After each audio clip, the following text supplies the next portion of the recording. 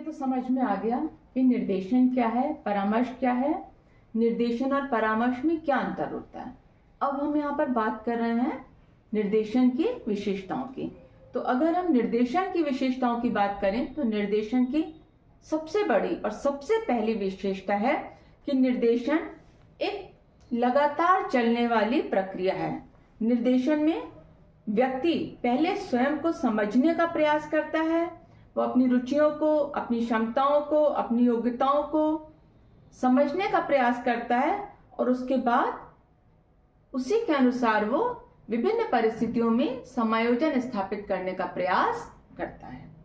इसी तरह से अगर हम देखें तो निर्देशन हमें विभिन्न प्रकार के व्यवसायों के चुनाव में मदद करता है।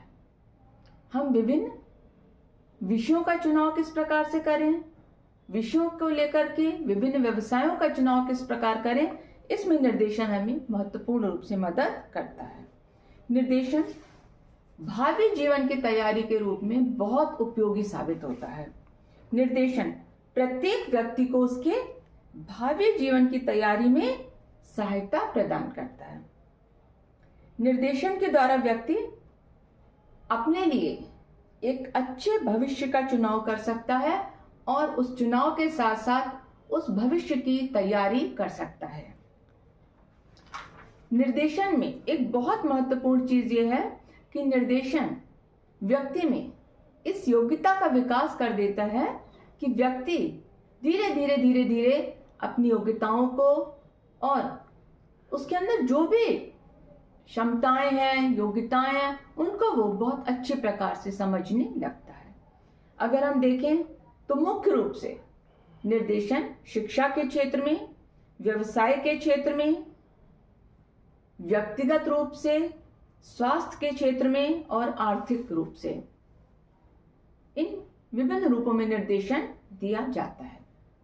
इसके साथ ही अगर हम परामर्श की बात करें तो परामर्श की जो सबसे इंपॉर्टेंट चीज है वो ये है कि परामर्श एक इंटरेक्शन है जो दो व्यक्तियों के बीच में हो रहा है, एक परामर्श देने वाला और एक परामर्श प्राप्त करने वाला।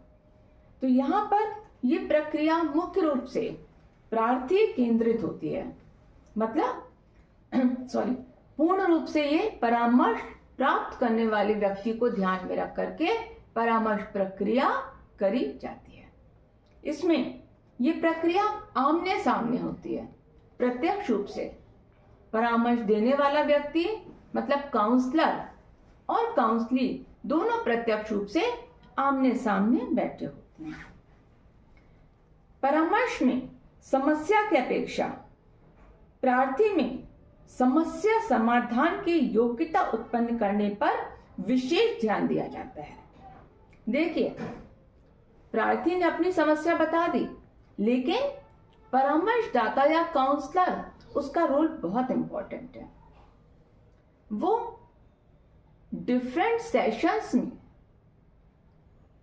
प्रार्थी के अंदर इस योग्यता का विकास कर देता है कि वह अपनी समस्या का समाधान स्वयं कर सके और उसको स्वतंत्रता पूर्वक हल कर सके।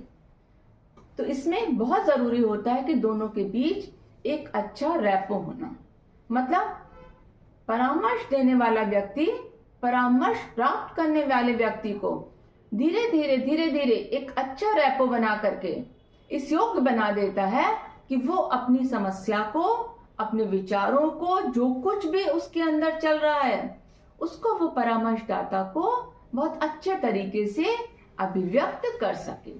क्योंकि परामर्शदाता का ये कर्तव्य होता है, उसको परामर्श प्राप्त करने वाले को ये विश्वास दिलाना होता है कि जो भी बात आप हमसे कर रहे हैं वो बात हम किसी और से नहीं करेंगे। मतलब जो बात दो व्यक्तियों के बीच में हो रही है, परामर्श देने वाले और परामर्श लेने वाले, वो बात उन्हीं तक ही सीमित रहेगी।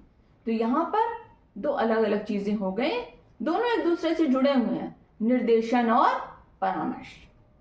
तो ये दोनों ही चीजें किशोरों के लिए बहुत महत्वपूर्ण है कि उन्हें समय समय पर निर्देशन की आवश्यकता भी होती है और इसके साथ ही उन्हें परामर्श की आवश्यकता भी होती है, तभी वो समाज में बहुत अच्छे तरीके से समायोजित हो सकते हैं और अपने संवेगों पर नियंत्रण कर सकते हैं और समाज के एक योग्य नागरिक बन सकते हैं।